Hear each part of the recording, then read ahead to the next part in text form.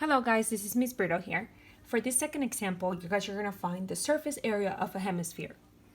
If you recall from my previous example, I briefly explained what a hemisphere consists of.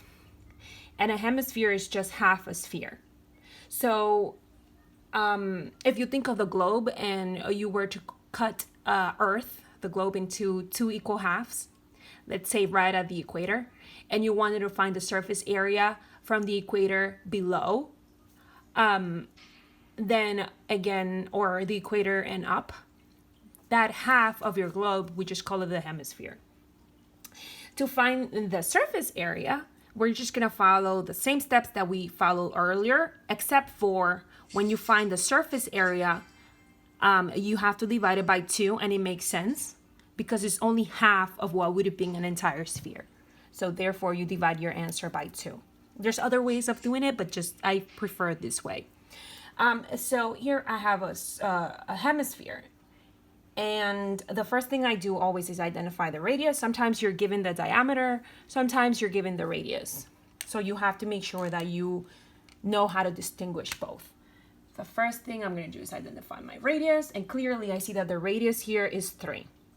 Okay, simple and very easy to identify.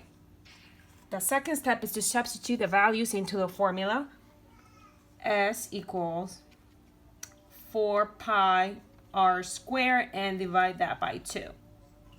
So the surface area is 4 times pi, substituting those values, times my radius, and the radius is 3 to the second power, and then I am going to divide my numerator by 2.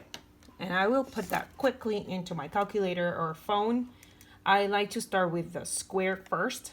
3 times 3, that is 9 times pi. 9 times pi. 28.26 times 4. 113.04, and then I divide it by 2. 56.52. So step 3, when I simplify it, I have that the surface area is 56.52. And don't forget your units to the second power. And I'm sorry, this was centimeters.